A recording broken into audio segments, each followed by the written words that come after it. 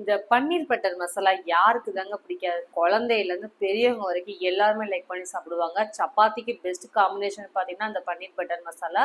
இது எப்படி செய்யலான்றதை வாங்க பார்க்கலாம். 200 கிராம் அளவுக்கு பன்னீர் எடுத்து கியூப்ஸாக கட் பண்ணி வச்சிருக்கேன். 2 ஸ்பூன் பட்டரை மெல்ட் பண்ணிட்டு மஞ்சள் தூள், மிளகாய் தூள், உப்பு, கட் பண்ணி வச்சிருக்க பன்னீர் பீசஸ் எல்லாம் சேர்த்து 2 நிமிஷம் மசாலாவோட சேர்த்து நல்லா வதக்கிக்கலாம். அதிக நேரம் ஃப்ரை பண்ணு கிடையாது. லைட்டா கொஞ்சம் மசாலாலாம் ஃபுல்லா நல்லா இறங்குற மாதிரி ஃப்ரை பண்ணிட்டு அதுக்கப்புறம் ஒரு பிளேட்ல மாத்திக்கலாம். இந்த மாதிரி மெத்தட்ல செய்யும் போது பன்னீர் சாப்பிடும்போது நம்ம மசாலாலாம் ஊறி போய் சூப்பரா இருக்கும். நெக்ஸ்ட் அதே பேன்லேயே 2 ஸ்பூன் அளவுக்கு பட்டர் ஆட் பண்ணிக்கலாம். பட்டை, கிராம்பு, ஏலக்காய் இது எல்லாத்தையும் சேர்த்துட்டு நெக்ஸ்ட் பூண்டு, இஞ்சி, முந்திரி பருப்பு, 2 பெரிய வெங்காயம் லைட்டா வதங்கின உடனே 3 தக்காளி பொடிசா நறுக்கி எடுத்து வச்சிருக்கேன். அதையும் சேர்த்து நல்லா வதக்கிக்கலாம். காரத்துக்காக 7 காஞ்ச மிளகாய், 2 பச்சை மிளகாய் சேர்த்து இதோட நல்லா வதக்கிக்கலாம். இந்த பன்னீர் பட்டர் மசாலா ஒவ்வொருத்தவங்க ஒவ்வொரு மாதிரி பண்ணுவாங்க. ராவா எல்லா பொருளும் சேர்த்து அரைச்சிட்டு அதுக்கப்புறம் ஆட் பண்ணி செய்வாங்க. இந்த மாதிரி வதக்கிட்டு அரைக்கும் போது டேஸ்ட் சூப்பரா இருக்கும்.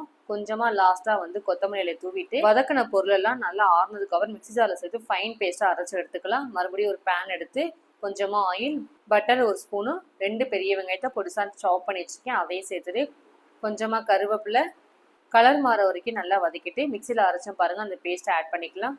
கொஞ்சமா தண்ணி சேர்த்துட்டு மசாலா அரைச்சதை லைட்டா வாஷ் பண்ணி நான் சேர்த்துக்கிறேன். அரைச்ச மசாலா, வெங்காயம் எல்லாமே லைட்டா மிக்ஸ் பண்ணிட்டு அதுக்கப்புறம் தனி மிளகாய் தூள், மஞ்சள் தூள், உப்பு, கரம் மசாலா தூள் எல்லாமே சேர்த்துட்டு நல்லா மிக்ஸ் பண்ணிக்கலாம். தட்டு போட்டு மூடிட்டு ஸ்டவ்வை ஸ்லோலே வச்சுட்டு மசாலா ஸ்மெல் போகிற மாதிரி லைட்டாக வதக்கிக்கலாம். மிளகுத்தூளும் ஜீரகத்தூளும் ஃபைனலாக ஆட் பண்ணிட்டு 10 நிமிஷம் ஸ்லோலே வச்சு நல்லா குக் பண்ணிக்கோங்க. மசாலாவில் ஸ்மெல் எல்லாமே போயிடும். மசாலாவில் பச்சை வாசனை எல்லாம் போனதுக்கு அப்புறம் லாஸ்ட்டாக பன்னீரை சேர்த்துட்டு கொத்தமல்லி இலையை தூவுறதுக்கு முன்னாடி கசூரி மெத்தி லைட்டாக ப்ரெஷ் பண்ணி போடுங்க. அப்புறம் லாஸ்ட்டில் பன்னீர் பட்டர் மசாலா முக்கியமான பொருள் பார்த்தீங்கன்னா தயிரை 1 ஸ்பூன் சேர்த்துட்டு லைட்டாக மிக்ஸ் பண்ணிட்டு ஸ்டவ் ஆஃப் பண்ணிட்டு கொத்தமல்லி இலையை தூவி இறக்குனீங்கன்னா மணக்க என்னோட ஸ்டைலில் பன்னீர் பட்டர் மசாலா ரெடி.